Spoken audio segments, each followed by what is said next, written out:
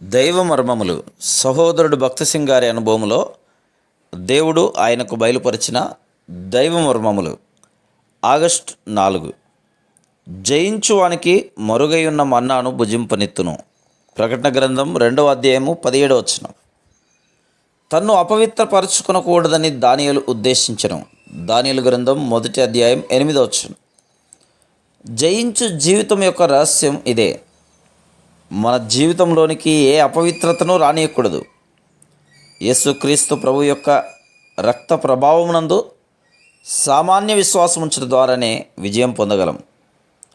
ఒకవేళ సాతాను మనలను దినమునకు 1000 పర్యాయములు అపవిత్రపరచుటకు పూనుకొనినను ప్రభు రక్తములో అన్ని మారులు కడగబడి అపవిత్రత నుండి రక్షింపబడుదుము.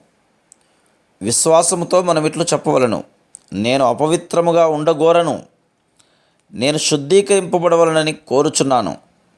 ప్రభువా, నీ రక్తముతో నన్ను శుద్ధీకరించి నన్ను కప్పుము.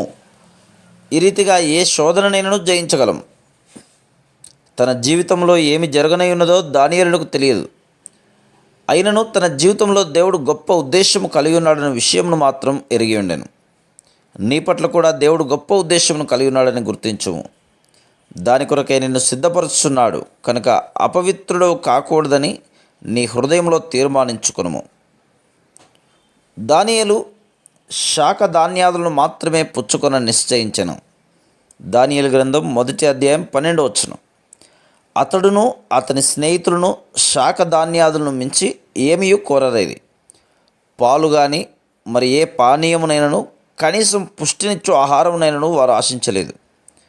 నీళ్లు, శాఖ ధాన్యాదులతోనే వారు తృప్తిపడేది. ఈ ఆహారంతోనే వారు ఇతరుల కంటే ఆరోగ్యముగాను, బలముగాను, ప్రకాశముగాను ఉందురని విశ్వాసము ద్వారా ఎరిగిరి. Praise the lord.